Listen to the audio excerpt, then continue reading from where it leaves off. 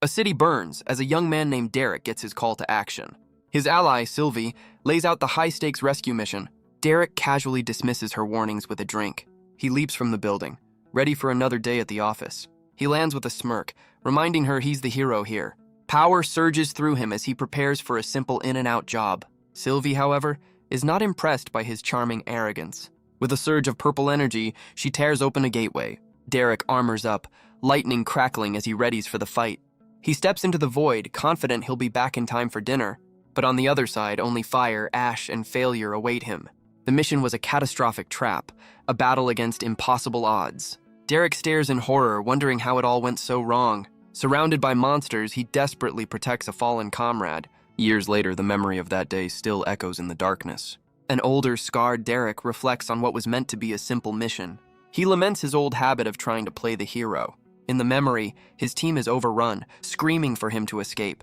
They were forced to choose between saving themselves or their friends. He truly believed he was strong enough to save them all. Young Derek carves a path, determined to rescue one last person. His older self can only look back on that foolish hope with regret. He reaches a wounded soldier, promising a way out of the inferno.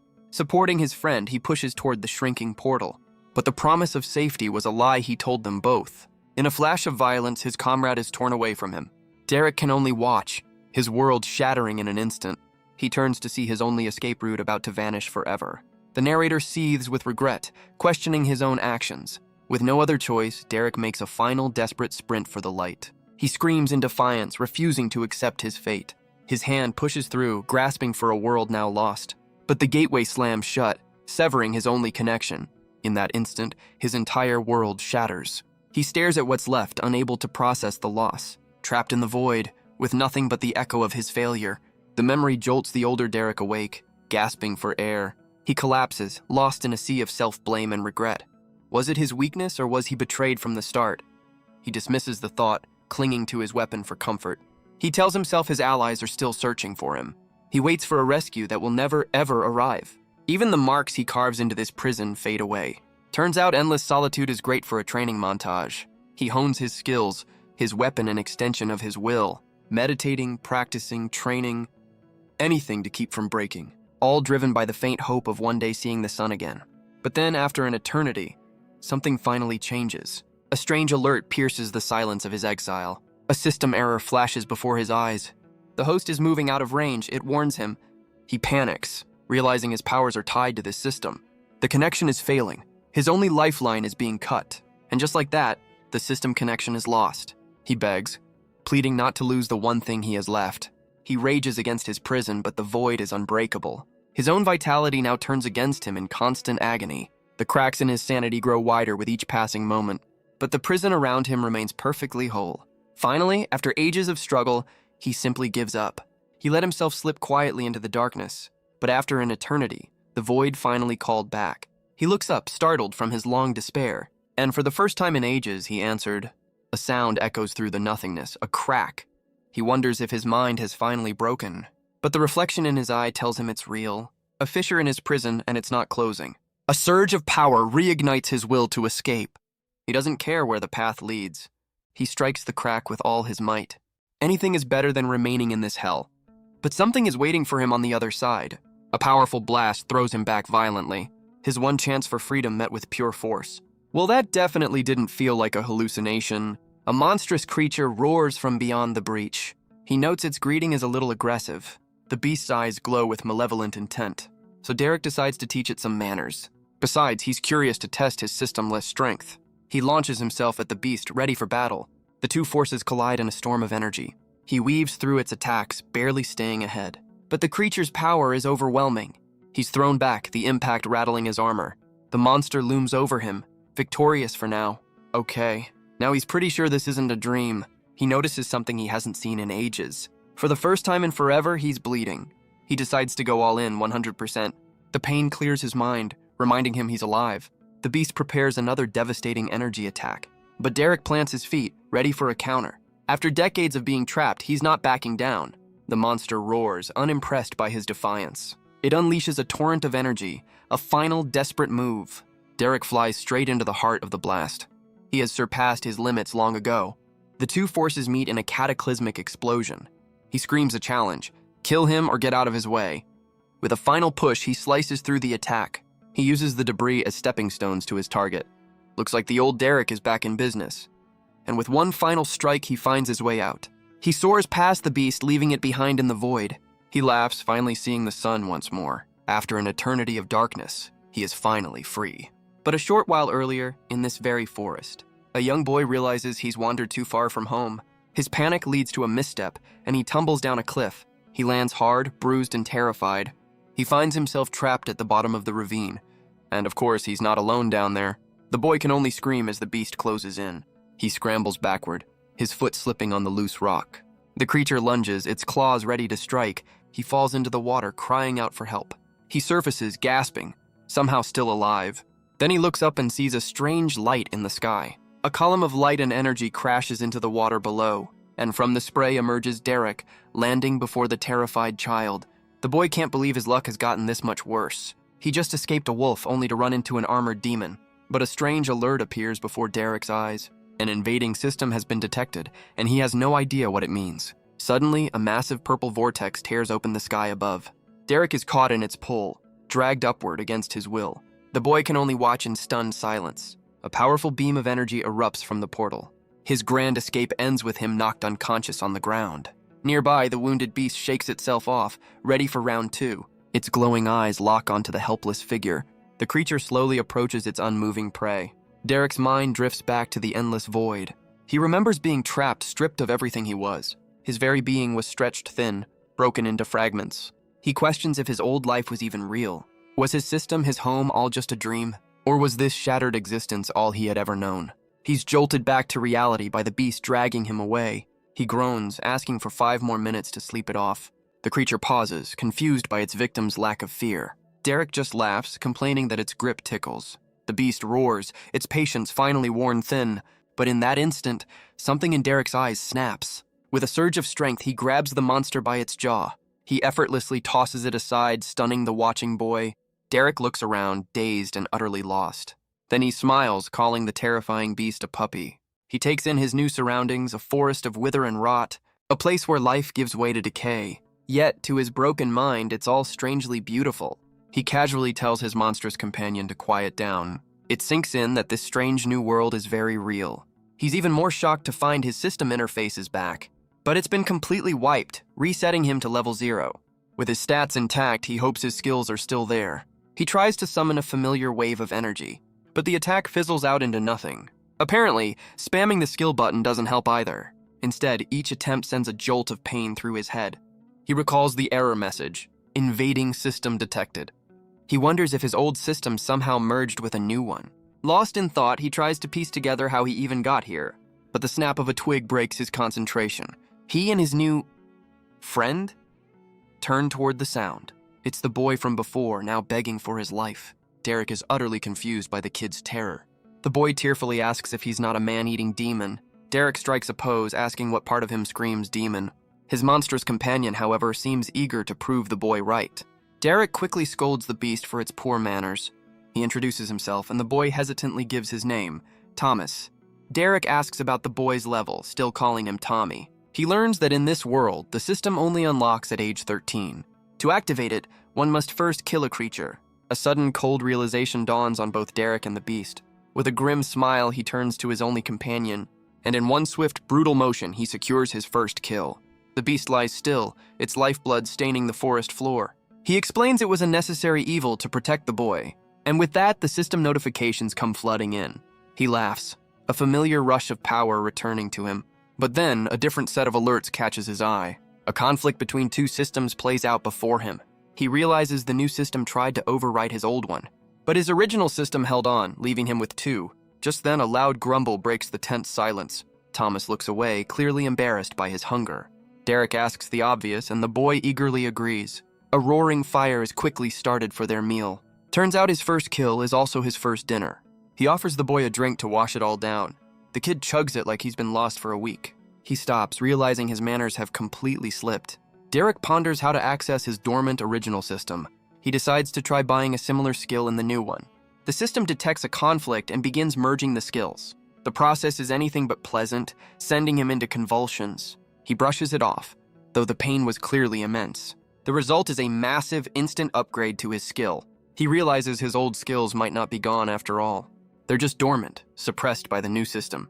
He now has a path to becoming stronger than ever before. With a new plan in mind, it's time for a makeover. Nothing says trust like letting a kid give you a haircut on the move. He reminds Thomas of their deal, information for safe passage. The boy reluctantly agrees to uphold his end of the bargain. He begins to explain the rules of this strange new world.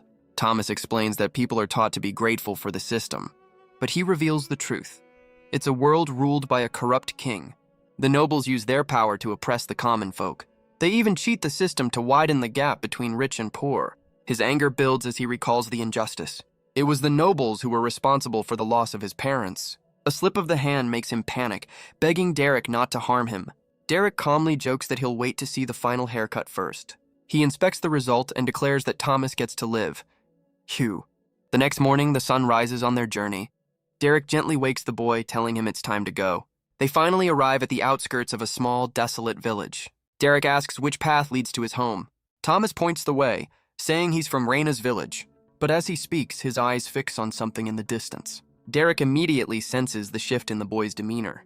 Thomas leaps from his shoulders, sprinting toward a house in terror. Derek follows, but stops short at the grim sight before him. The boy bursts through a broken door, screaming for someone named Jones. Inside, he finds the man he was looking for has already met his end. The villager lies motionless on the floor. Thomas stares in shock, his hope completely shattered. Derek places a comforting hand on the boy's shoulder. He learns the man wasn't family, just a kind old man from the village. Thomas can't understand how this happened, as the man was nearly level 30. Derek, completely unimpressed, asks if that's supposed to be strong.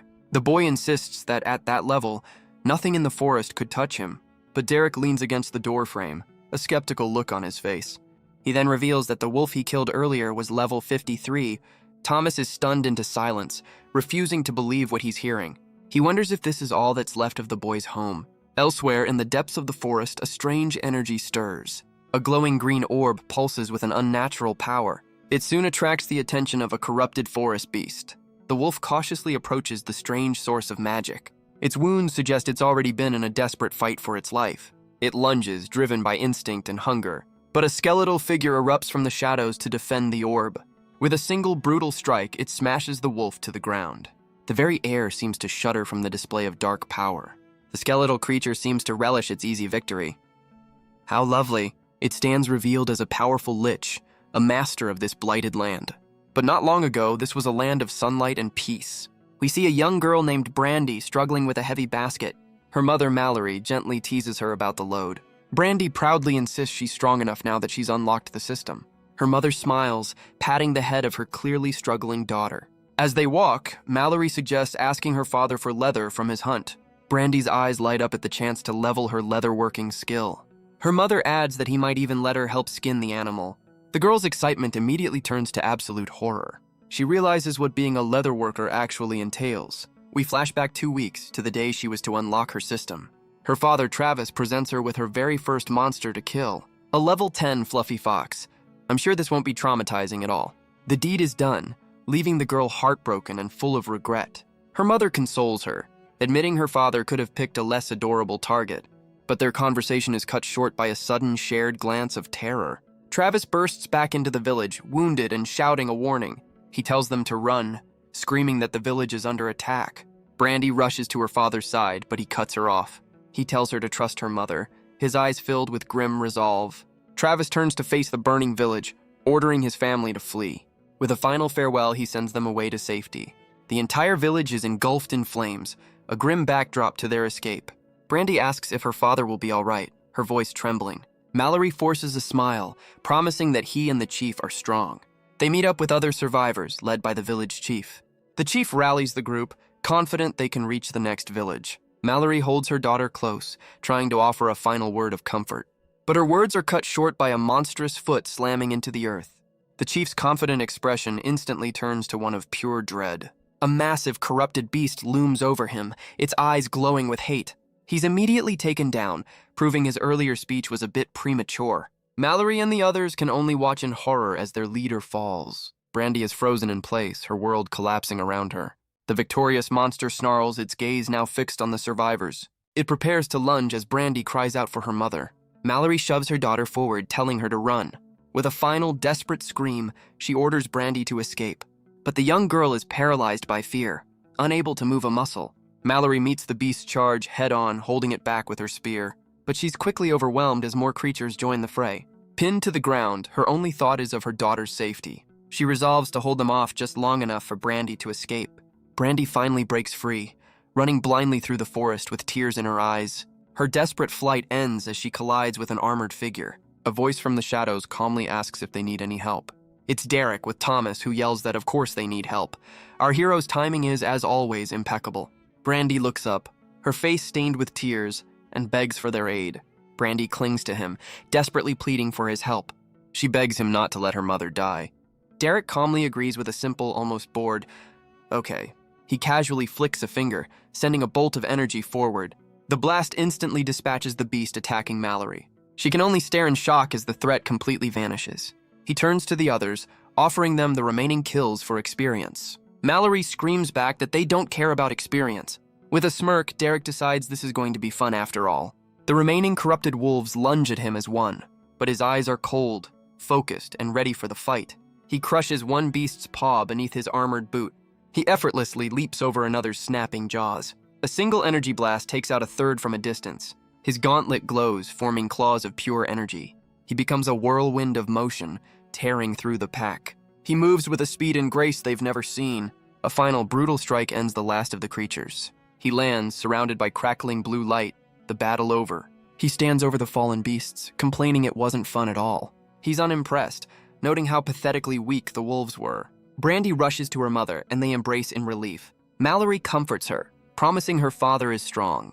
But she knows her husband is nothing compared to this stranger. She thanks Derek, but demands to know who he is. He just says he's taking Thomas home and they can tag along. Thomas tries to remind him about their destroyed village. But Derek coldly states he only promised to escort the boy.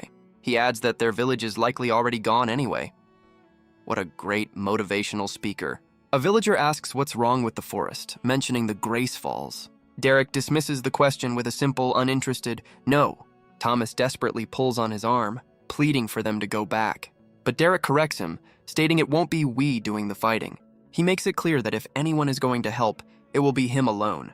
He reminds the boy of their contract, which didn't include saving strangers. He asks Thomas if he knows the secret to his survival. A dark memory flashes by as he explains he only ever relies on himself. He's learned the hard way not to go out of his way to be a hero. Every tragedy in his life came from sticking his nose where it didn't belong. Thomas can only grit his teeth in frustration. He yells back that with Derek's power, he has a duty to help.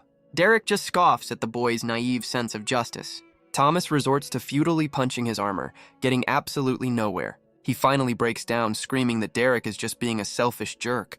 As the villagers watch, Derek calmly agrees with the assessment. He explains that in a world where heroes die, it pays to be selfish. He effortlessly catches the boy's fist, ending the tantrum. He tells Thomas to get strong first, then he can play the hero. The boy glares back, his spirit not yet broken.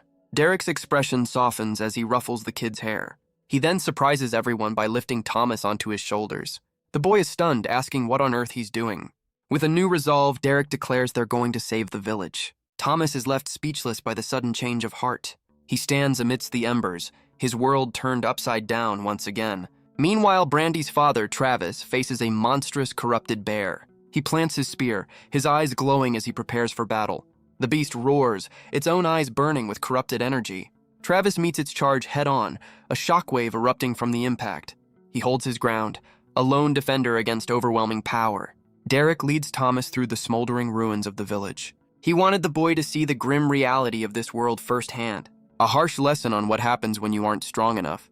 This was never a rescue mission, it was a recovery. Suddenly, Derek holds the boy back, sensing something ahead. A faint groan echoes from beneath the rubble of a collapsed building. His eyes narrow, focusing on the source of the sound. A survivor, the village chief, struggles to free himself from the debris. Thomas immediately sprints forward, ignoring Derek's warning. The chief is shocked to see him, warning him of the danger. But his gaze falls on the body of Brandy's fallen father. He laments that the man fought bravely, but his wounds are fatal. In fact, it seems no one from the village will survive. The chief desperately asks for a healer, knowing it's a futile hope. Derek considers his options, recalling a rare potion he possesses, but his cynical nature takes over. He refuses to play the hero. He won't save the man, but he can offer something else. He steps away, giving the family a moment for their goodbyes. Mallory can only watch in utter disbelief and sorrow. She clings to her husband, pleading for him to stay with them. With his last strength, Travis reaches for his daughter. He tells her to be strong and that he loves her. And with that, the light fades from his eyes forever. Brandy is left kneeling in the dust, her world shattered. Her mother's grief-stricken cry echoes through the ruins. Sometime later, they've left the burning village behind them. Derek states the obvious. It's time to get moving. But Thomas is still reeling from the loss he just witnessed. Derek offers some questionable comfort, telling him he'll get used to it. The chief grabs his arm, furious at his callous words. He demands to know who Derek is and what he wants. The chief questions why he should trust Thomas with a complete stranger. Derek remains silent, his expression cold and unbothered. But Thomas steps forward, surprisingly taking Derek's side. He explains that he understands loss all too well. He admits he's almost jealous they got to say goodbye. A memory shows a much younger Thomas, waiting for parents who would never return. The small group of survivors continues their journey away from the ruins. Derek decides it's a good time to check his system notifications. He sees he's reached level 10 and can now choose a class. But as he scrolls through the options, his eyes widen in shock. These choices are far more powerful than anything he expected. The first is Shadow Brawler, a rare and deadly class. Next is Chaos Glaive, an epic class of pure destruction. Then Eternal Guardian, another epic class born from flame. Talk about analysis paralysis. He struggles to decide, peeking at the list of incredible powers. But then he stops, his breath catching in his throat. He looks back at the chief, a cold sweat breaking out. He trembles, staring at a final hidden option on the screen. Champion of the Void, an epic class born from his own personal hell. The description says he can never be trapped there again, for he is now a part of it. He recalls the endless expanse, the unrelenting hunger of his prison. It was not an ally or a teacher, but a brutal, unforgiving master. The memory of his own mind shattering echoes within him. The void had beaten him, broken him, and consumed him entirely. But in return for his suffering, it offered him absolute control. He wasn't just its prisoner, he was its chosen champion. With a surge of purple energy, he accepts his new fate. The power explodes from him as the chief, Leon, pulls Thomas back. They can only watch as Derek is consumed by the chaotic energy of the void. He answers the void's call, embracing his new power. A pillar of purple energy erupts, tearing through the sky. Leon shields Thomas, praying for salvation from the chaos. The energy subsides, revealing a changed Derek, now its master. He marvels at the incredible power now flowing through him. The beam of light serves as a beacon of his transformation. Thomas and Leon can only stare, unable to believe their eyes. Elsewhere, the survivors are startled by the sudden disturbance. The energy slams back to Earth, leveling what little remains. Derek looks up, realizing his new class came with a +1. From the energy, a monstrous void beast begins to form. He can't help but be impressed by the dramatic entrance. Leon turns to Thomas, demanding to know where he found this man. Mallory and Brandy can only watch, lost and confused. Derek is ecstatic, realizing he gets his very own summon. The beast crashes down, its sheer presence shaking the ground. He decides to name it Asher, which seems to get a reaction. He notes it's a bit smaller than the last one he fought, but it'll do. The others watch in terror, questioning Derek's sanity. But Leon realizes with dawning horror that Derek can control it. He immediately tries to teach his new pet to sit. Good luck with that. The beast responds by slamming him violently into the ground. The impact sends a shockwave across the ruined landscape. Thomas screams his name as Leon holds him back from the fray. But an armored hand rises from the dust, stopping the attack cold. Derek emerges, fully armored, and informs his pet their time together is over. Asher roars back, ready to challenge its new master. Bleeding but determined, Derek orders the others to flee. He summons a blade of pure energy as they run for safety. His skill fails to identify the beast, confirming it's not from this world. He recalls the last beast, realizing this one is on a whole other level. With no room for error, he rockets forward in a blur of purple energy. He dives toward his new pet, ready to teach it some obedience. The beast lunges with snapping jaws, meeting his charge with pure aggression. Derek counters with a blast of energy, holding the monster at bay, but he's stunned when it blocks the attack with nothing but its palm. The creature's sheer power forces him onto the back foot. Asher unleashes a devastating beam of concentrated void energy. The blast sends him flying, the force of it catching him completely off guard. He can't comprehend how something so massive can move so fast. Before he can recover, the beast is already preparing another attack. The beam carves a massive trench in the earth where he stood moments before. The impact rattles him to his core, the taste of blood now familiar. He collapses to the ground, completely outmatched by his own summon. He briefly considers playing dead, hoping it'll just get bored and leave. Yeah, that's not happening. The beast begins a relentless, brutal assault. A system alert flashes as his health plummets into the danger zone. He activates his meditation skill, desperately trying to find an opening. With a surge of adrenaline, he pushes back, his blade glowing with power. But Asher simply catches the weapon in its teeth and shatters it. It swats him aside like an insect, his health dropping with every blow. Each strike is a hammer blow, pushing him closer and closer to the edge. From the sidelines, Thomas can only watch in tears as his protector is broken. Leon urges the others to flee, knowing there's nothing they can do to help. Asher gathers energy for a final, decisive strike. Derek can only watch, knowing he's too slow to dodge this one. He realizes his regeneration skills can't possibly keep up with the damage. His health bar drains away, ticking down toward his inevitable end. The pressure becomes unbearable, his armor beginning to crack and shatter. But through the pain and chaos, his eyes lock onto a single point of focus. He dumps his points into a new skill, triggering a system merge. The process is excruciating, a scream tearing from his throat. But it allows him to dodge Asher's devastating ground slam. The merge is a success, instantly maxing out his new skill. His pet does not seem pleased by this sudden turn of events. With his weapon mastery upgraded, the very ground cracks with his power. He's back in the fight, now a blur of blue and purple energy. Derek soars through the air, a new spear of light in his hands. His eyes glow with renewed focus, the pain forgotten. He meets the beast's claws head-on, a desperate struggle for dominance. He pushes forward, pouring every ounce of strength into the attack. But his blade stops dead, unable to pierce the monster's hide. He realizes the void is simply nullifying his power. How rude. So he decides it's time to fight void with void. He channels the very essence of his prison into his weapon. The two forces collide, master and summon in a final brutal contest. The resulting blast tears through Asher's defenses. Derek is thrown back by the sheer force of his own attack. He lands perfectly, the battle finally at its end. With a weary breath, he admits that was actually fun. He stands victorious over his fallen pet as the sun begins to set. The system rewards him handsomely for taming his new friend. Elsewhere, a knock echoes in a lavishly decorated room. An attendant enters bearing urgent news for his mistress. A report from the Crown details a void beast's energy signature. A red-haired woman finds the news of a dimensional monster. Interesting. With a cold expression, she gives a simple order. Send a hunter. Meanwhile, the weary villagers continue their trek through the forest. A woman looks back, her eyes widening in disbelief. Leon and the children have returned, battered but alive. The survivors reunite, their relief quickly turning to questions. But Leon can't bring himself to speak the grim truth. He clenches his jaw, the weight of his failure crushing him. A single tear escapes, a silent testament to their losses. Derek steps forward, delivering the harsh reality of their situation. The remaining villagers can only stare in stunned silence. Leon stands over the fallen, blaming himself for their fate. But Thomas sprints past, his eyes fixed on a familiar face. He throws his arms around Derek, relieved his protector is alive. The boy quickly pulls back, flustered but undeniably happy. Derek then turns to Mallory and Brandy, his tone softening.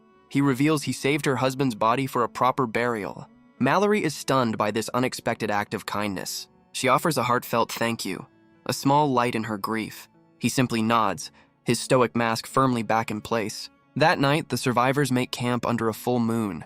They're warned to stay close to the fire as the forest is not safe. Leon keeps watch, the weight of leadership heavy on his shoulders. His eyes burn with a quiet, grim determination. Nearby, Thomas finally asks the question on everyone's mind. Derek downplays the fight, claiming the beast just got bored and left. Thomas finds this hard to believe, given the terrifying legends. But the reality of the battle was far more intense. Mallory backs the boy up, noting such a feat is unheard of. Derek just shrugs it off, suggesting he got lucky with a weak summon. He vows not to use that skill again, a clear understatement of the cost. He dismisses the legends as overrated, much to the others' disbelief. The next morning, Mallory rallies the survivors to continue their journey. With the sun rising, they set off toward the next village. But a small hand tugs on his, breaking his concentration. It's Brandy, who asks if she can have some of the animals. She explains she overheard him talking about the creatures in his bracelet. Derek agrees, pulling a rabbit from his inventory with a flash of light. He hands it over, promising the larger ones later as she thanks him. He asks why she wants them, and she clutches the offering with a sad look. A memory flashes by of her father, teaching her about the forest. She tearfully explains she chose leatherworking to make armor for the village. The memory of her father's proud, smiling face lingers. She wants to ensure no one else ever gets hurt again. Derek's resolve softens, and he tells her she can have them all. Elsewhere, a pompous guard taps his fingers, bored and annoyed. He complains about being stuck in this town without even a scented bath. The horror. He looks down at the survivors, refusing them entry without proper papers. Mallory, enraged, tells him to go find someone named Raina. The guard just smirks, enjoying the power trip a little too much. A villager turns to Leon, begging their former chief to intervene. But Leon is broken, questioning if he can even call himself a chief anymore. Brandy steps forward, pleading with the guard that they have lost everything. He smugly denies them entry, citing something called the Gracefall Decree. But Derek steps forward, his eyes glowing with a dangerous light. He asks who, exactly, would enforce that decree if he decided to break it. Mallory watches in alarm, realizing Derek is about to cross a line. The guard welcomes the challenge, eager for a fight to break his boredom. But Mallory grabs Derek's arm, warning him that killing a noble will only bring more trouble. The guard scoffs, disappointed that common sense has ruined his fun. The gates begin to close, shutting them out for good. But a new voice from inside demands to know what's happening. Two figures emerge, a noble named Wallace Gracefall and the village chief, Raina.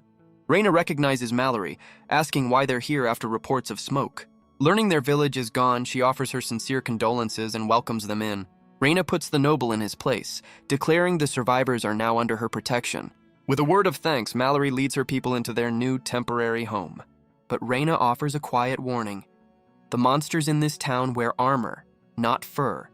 She glances back at Leon, whose spirit seems to have been left in the ashes of his village. Wallace, the noble, is furious that his authority has been so openly challenged. Raina calmly tells him to finish his business and get out of her village. He threatens to crush them all, trying to intimidate her by mentioning her father. But the mention of family seems to be a sore spot for him too, as he quickly backs down. Derek watches them go, his contract with Thomas now officially complete. He tells himself he's only staying to gather information. "Sure you are, buddy," Raina calls out, offering him sanctuary within the village walls. Caught off guard by the kindness, Derek agrees to stay a while longer. But as he steps forward, a wave of unseen power washes over Raina. She breaks into a cold sweat, wondering what kind of aura this stranger possesses. Elsewhere, an elderly couple waits anxiously for Raina's return. The woman, Delilah, paces the floor, her patience worn thin. She snaps at her husband, unable to rest while her grandson, Thomas, is missing. The sound of the door opening finally breaks the tense silence. Delilah turns, demanding to know what could have possibly taken so long. But her words die in her throat as she sees who has returned with Raina. Thomas sprints into the room, his voice filled with pure joy. His grandmother rushes to meet him, her own tears finally falling. The boy closes his eyes, safe in her arms at last. The family is finally reunited, a small moment of peace in the chaos. Raina smiles, asking if this was important enough to wait for. Derek and Thomas share a quiet, knowing look, their journey together at an end. As the family catches up, Derek watches on, a silent observer. Soon, the leaders gather to discuss the grim reality of their situation. Raina turns to Derek, acknowledging that he is the reason anyone survived. She bows her head, offering him the village's eternal gratitude. Thomas is finally reunited with his grandparents, enjoying a rare moment of peace. Derek brushes off the gratitude, telling them to drop the formalities. But Raina insists, stating it is a chief's duty to protect her people. Her tone shifts, her expression hardening as she gets down to business. She makes it clear that if he's expecting payment, they have nothing to offer. The village's resources are already stretched to their absolute limit. Especially with parasites like the noble Wallace draining what little they have. Derek just smirks, questioning if she really thinks he's here for money. He explains that Thomas already paid him back by helping him first. He then shifts the focus to the real issue, the corrupted forest. Raina leans in, demanding to know what he's learned about the threat. Derek reveals he has a theory, based on his own world's system. He tells them they're likely dealing with a dungeon break. He begins to explain the nature of dungeons, the lifeblood of the system. They are sources of immense power, treasure, and incredible danger. Each one is a self-contained world, a trial for those brave enough to enter. But when a dungeon is left unchecked or the system itself falters, it can rupture, unleashing chaos and monsters upon the world. Its corrupting energy seeps into the land, twisting everything it touches. This is the source of the blight that destroyed their home. Raina is skeptical, but Derek points out that new dungeons can appear. The old man Richard agrees, noting a remote dungeon could go undiscovered. The realization dawns on him. It's the only theory that fits the facts. Raina turns to him for confirmation, and he admits it's their only lead. She then asks Derek where he's from, hoping for more clues. He dodges the question, stating that now they know the problem, they must solve it. He tries to leave, suggesting the nobles outside can handle the mess. Classic Derek. But Reyna calls out, stopping him in his tracks. She admits they have nothing to offer him in return for his strength. But with a look of desperation, she asks for his help one more time. Derek lets out a long, weary sigh. He turns to leave, flatly refusing her plea. Thomas can only look on, his hope fading. But Derek calls out to the boy, telling him to follow. He says he needs to find Brandy to give her the rest of the pelts. And with that, the two of them are gone. Richard admits that Derek has a point about his priorities, but Reyna wishes he wasn't so brutally honest about it. She turns to Leon, asking for his assessment of the stranger. She needs to know if this man is an ally or a threat. Leon considers the question, his expression grim. He admits he can't figure Derek out at all. Reyna leans in, sensing there's something more. He adds the small detail that the man can summon the void. You know, casually. Meanwhile, Derek and Thomas walk through the village streets. He asks the boy where they might find the young leather worker. A sudden shout from a nearby alley catches their attention. They find Brandy struggling with a noblewoman over a large pelt. The woman easily rips it from her grasp with a smug smile. She taunts the fallen girl, daring her to retaliate. It seems bullying children is a popular pastime for the local elite, but her victory lap is cut short as she bumps into Derek.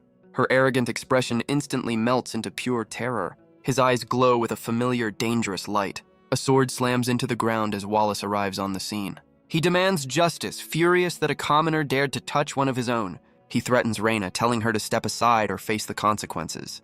But Reyna stands her ground, refusing to allow a fight in her village. She can't believe Derek is already causing this much trouble. She realizes Leon's warning about him was an understatement. Thomas tries to comfort Brandy as she clutches the stolen pelt. Wallace accepts the challenge, ready to put the commoner in his place. But Derek effortlessly catches his wrist, stopping the attack cold. He tosses the noble aside, telling him to take the woman and go. Derek announces to the crowd that he was leaving anyway. Thomas is stunned, unable to believe Derek is abandoning them. But Derek looks back with a smile, promising he'll return. He hands Thomas the clippers, telling him to practice while he's gone. With a final warning not to unlock his system, Derek walks away. Wallace gets to his feet, furious and not ready to let it go. But Derek cuts him off, surrounded by the noble's defeated guards. He gets close, making sure his next words are perfectly understood. If Wallace ever harms anyone from this village, Derek will kill him. The noble's men can only stare, paralyzed by his sheer presence. The villagers watch him go, a mix of awe and terror in their eyes. An aura of purple energy surrounds him, a testament to his power. Wallace, seething, orders one of his men to follow him. Derek walks into the forest, recalling an achievement Thomas mentioned. He knows he needs a high-level kill, and a hunter stalks him from the trees. The hunter draws his bow, knocking 3 arrows at once. He takes aim, confident his peasant target won't know what hit him. But Derek catches the arrows between 2 fingers without even turning around. He checks his system, realizing he needs to find a monster over level 112. His status screen shows he's only level 11, but with plenty of points to spend. His eyes narrow as the arrow flies toward his head. He reveals he's known about his tail for over an hour. He finally distributes his points, and the arrow bounces off harmlessly. The system rewards him with 2 new achievements, Jack of All and Meat Shield. He's thrilled to see he's also been granted 2 free skills. The hunter can only stare in disbelief as his attack completely fails. The hunter is stunned, unable to process how he could have missed. He dismisses it, assuming his target is just an oblivious fool. He lets another arrow fly, this one powered by pure confidence. But Derek casually deflects it, without even breaking his stride. He finally turns, asking if the hunter minds, as he's a bit busy. The assassin can only stammer, his world completely upended. With his cover blown, he plants his feet, preparing to flee. He makes a desperate leap for the safety of the trees. He bounds through the forest, wondering what kind of monster he's chasing.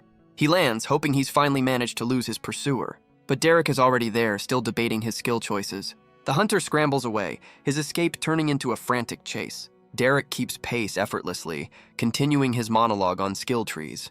The hunter grabs a branch, trying to put some distance between them.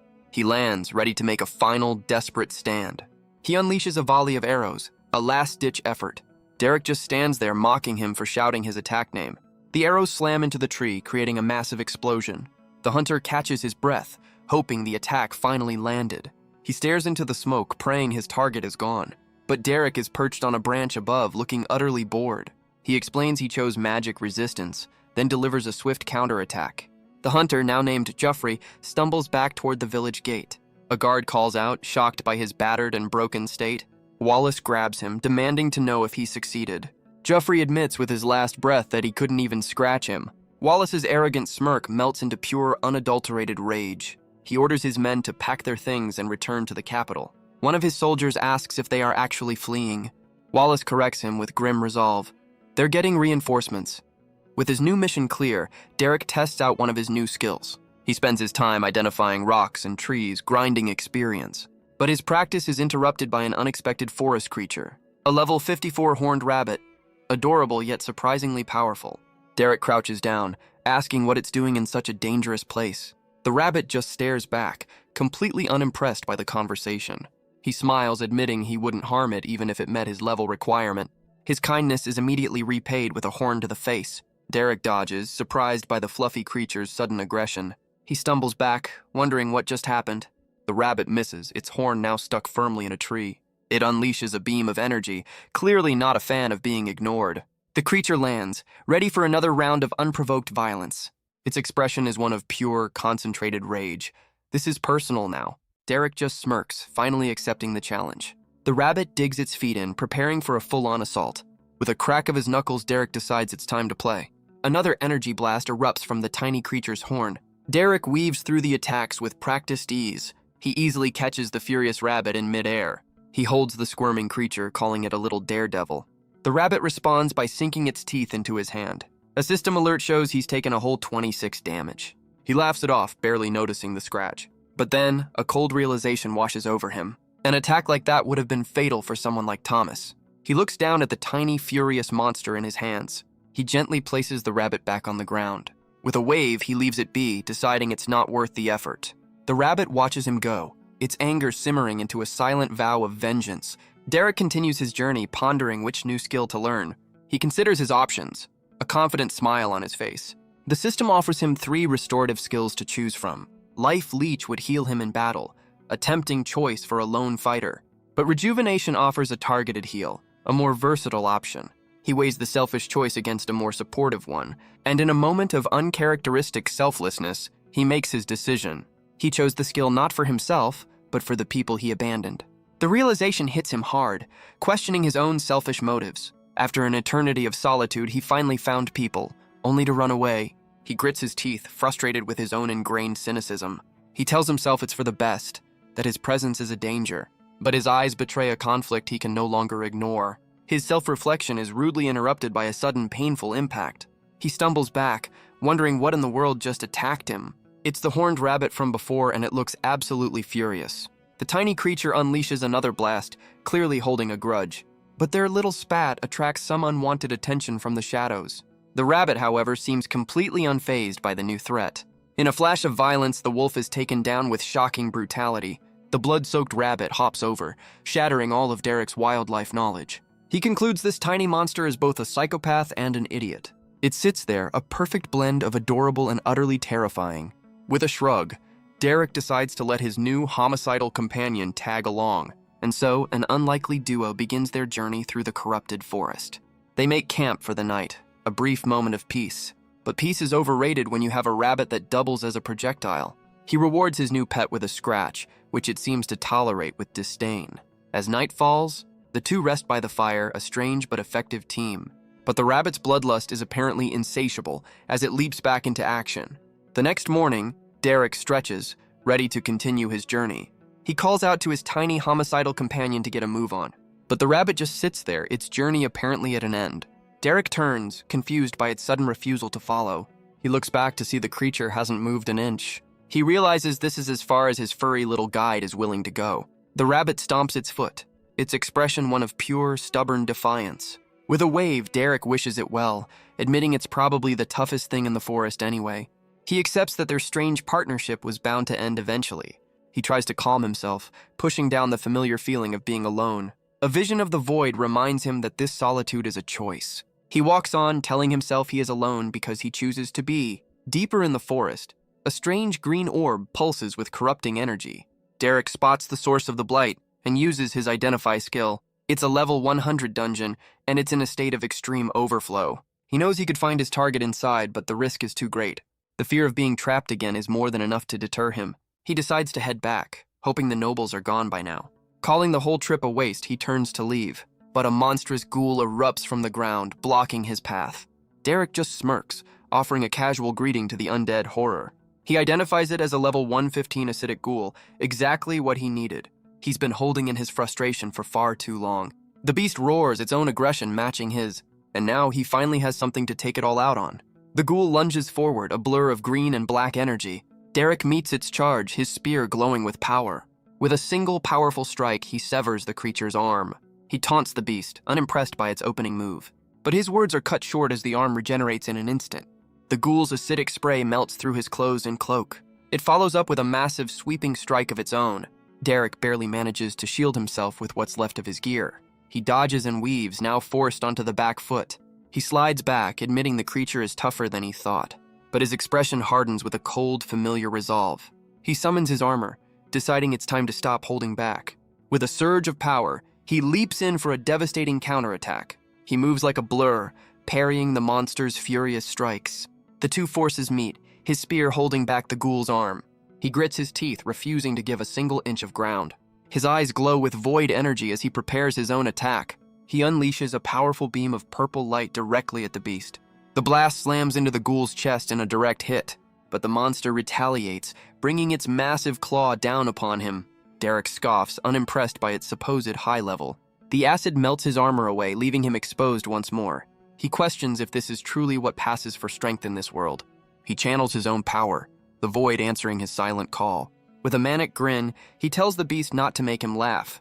The ghoul roars back, its tongue lashing out to meet his energy.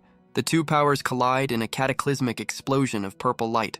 The very forest is torn apart by the sheer force of the blast. Derek stands victorious as the system alerts come flooding in. He's gained multiple levels and a shiny new achievement. He stands alone in the wreckage, the battle finally over. The ground sizzles with acid, a final reminder of the fight. He sits down, lamenting the sorry state of his armor. He stores it away, unsure when he'll ever get it repaired. He removes his ruined shirt, regretting his lack of a travel wardrobe. He pulls out a spare tunic, clearly not a fan of the local fashion. 2 weeks pass in Reyna's village since Derek's departure.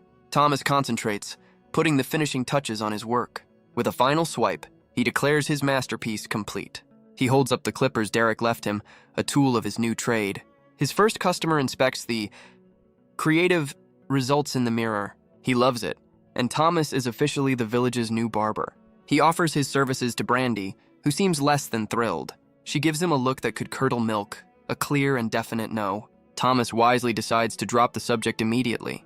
He notices Brandy's mood and asks if something is wrong. She admits she's run out of the materials Derek provided. She's practiced all she can and needs more hides to continue.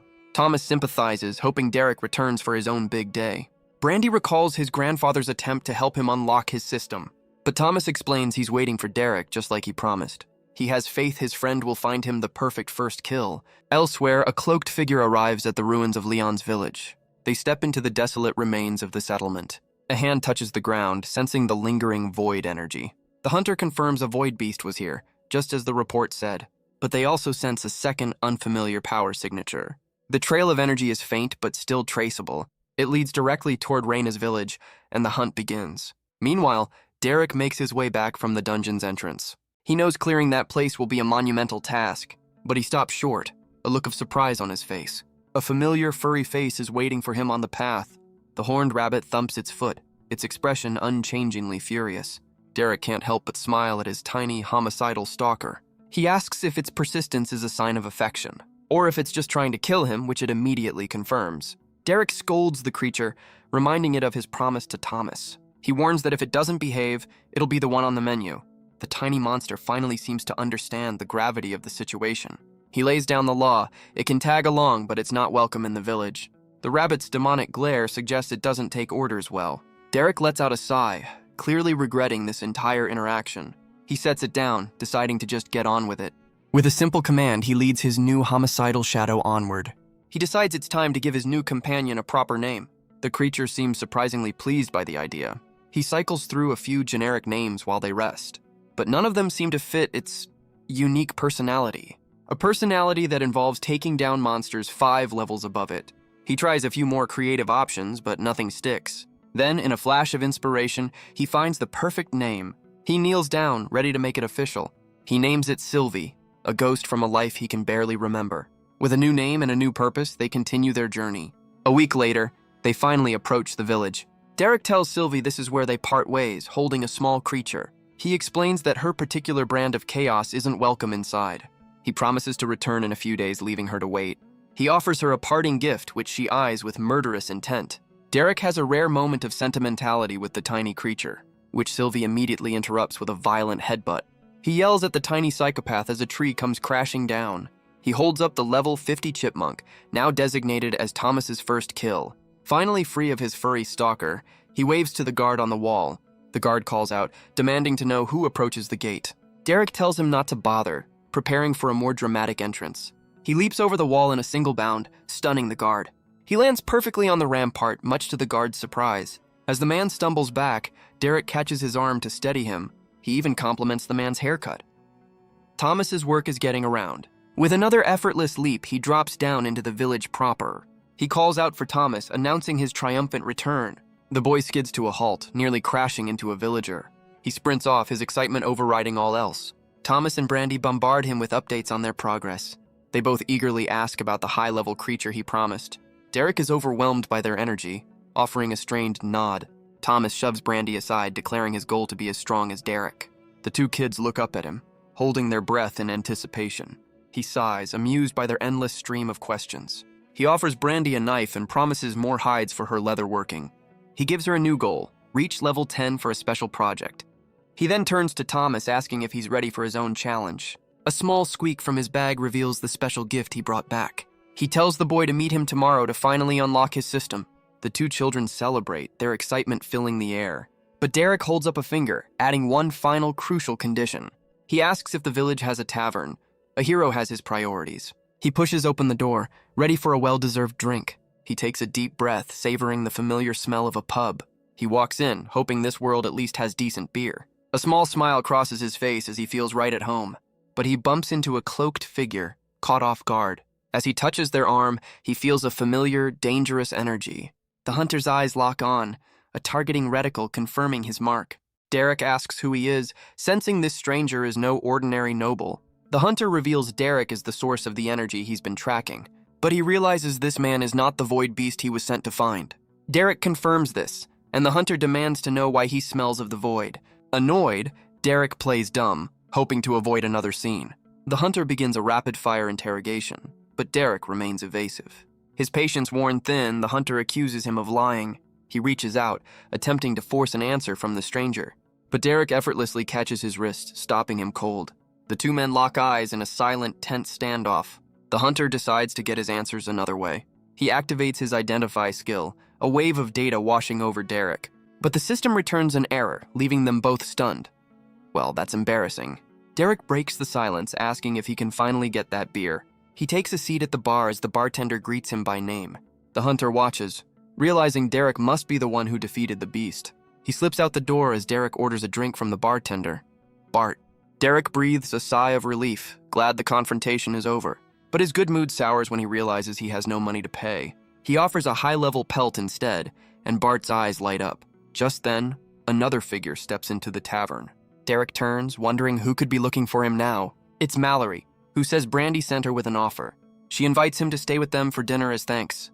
The two walk through the village, drinks in hand. Mallory asks about the hunter, but Derek brushes it off. She warns him that the man works for a group called the Crown. Derek takes a sip, assuming she means the kingdom's royal forces. But she explains the Crown is a powerful, independent organization. She explains the Crown holds immense power and influence. Only the wealthiest are ever allowed to dine in their halls. And she asks if he knows their most prized delicacy. It's the meat of a void beast. Derek nearly chokes, learning they eat his former pet. Consuming one grants incredible power, a ticket to the elite. He scoffs, assuming there must be weaker ones out there. But she reminds him how rare they are, born from the feared void. A memory of destruction flashes by, a testament to their power. Mallory's gaze is sharp, knowing he understands this all too well. Derek can't hide his unease, his secret now dangerously close. He plays it off, and they continue their walk back home. They arrive at the house, filled with the sounds of a family dinner. Derek enjoys a home-cooked meal for the first time in ages. He declares it's the best thing he's eaten in years. After Void Monster Jerky, that's not a high bar. Mallory humbly brushes it off, saying her cooking skill is low. Richard agrees, nearly earning a death glare from his wife. Thomas eagerly asks if he's still unlocking his system tomorrow. Derek confirms, as long as his grandparents give their blessing. The boy turns to them and they happily agree.